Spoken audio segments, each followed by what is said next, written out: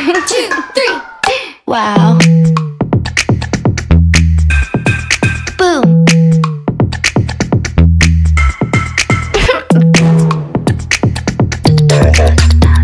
I'll slap you.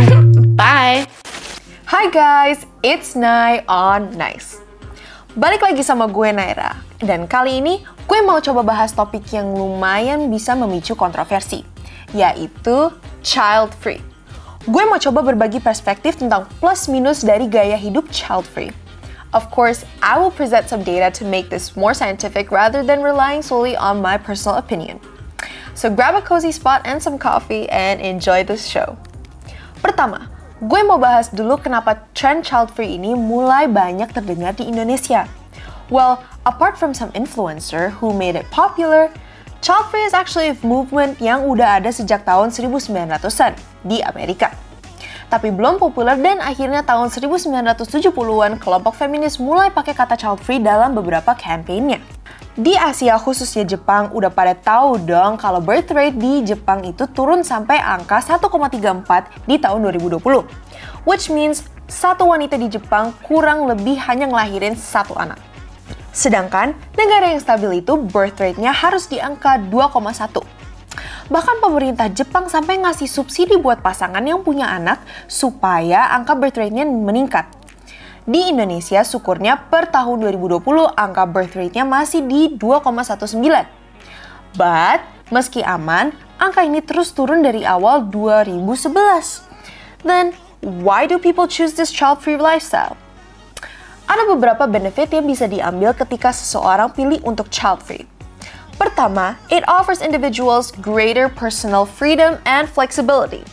Tanpa adanya tanggung jawab terhadap anak, mereka bisa punya waktu lebih untuk memuaskan diri, bisa dari karir, minat, dan pengembangan diri. Atau bahkan bisa ikutin passion semaunya, like traveling the world and moving into new areas without any worries at all. And who doesn't love their freedom, right? Selain itu, segi finansial juga bisa menjadi penentu seseorang untuk menganut child free. Membesarkan anak pasti butuh uang dong, harus beli popok, susu, baju sekolah, membayar biaya kuliah, kesehatan, and so much more. Kalau orang child free, mereka nggak perlu mikirin ini dan lebih memprioritaskan kestabilan finansial pribadi. Dan dengan child free, bisa ngurangin stres.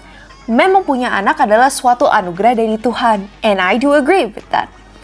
But, kadang-kadang ini bisa bikin orang tua kewalahan buat ngadepin anaknya. Menurut data dari YouGov, 1 dari 12 orang pernah menyesal memiliki anak. Dan kebanyakan yang menyesal ini sebenarnya orang tua yang masih muda, di umur 25-34 tahun. Jadi ada kemungkinan mereka belum siap secara mental untuk mengurus seorang anak. And of course, every benefit has its own disadvantage. Dengan child free, kita bisa aja punya keterbatasan dalam support dari keluarga. Ketika punya anak, kita bisa mendapatkan support dan perhatian pas masa tua nanti. Support ini gak selalu tentang uang ya. Even cuman kunjungan atau nanya kabar udah pasti bakal ngebantu kita pas kesepian di masa tua. Dan kalau nggak punya anak, udah pasti kita nggak bisa merasakan feeling orang tua dengan anak biologis dan mewariskan value ataupun materi. Meskipun biasanya orang yang child free itu punya jiwa sosial yang tinggi, jadi mungkin banget kalau mereka ninggalin warisan untuk kepentingan sosial. But anyways, it is really essential to respect everyone's choices and decisions when it comes to parenthood. Pasti, setiap orang sudah punya pemikiran masing-masing bagaimana mereka akan menjalankan kehidupan yang penuh lika-liku ini. Entah mereka mau pilih child free atau punya anak, that's their own decision to make. Because at the end of the day, it's about living and respecting one another's journey. And that's the end of the topic. Kalau dipikir-pikir, kenapa sih gue ngomongin ini? Nay, lo nikah aja belum? Ngapain ngomongin child free? I just want to show you my perspective buat kalian yang mungkin penasaran dengan istilah child free ini, supaya kita semakin educated dan terliterasi. Jadi, jangan lupa like dan komen topik lain yang mau dibahas di Nice. Gue Naira, and see you on the next Nice video. Bye-bye!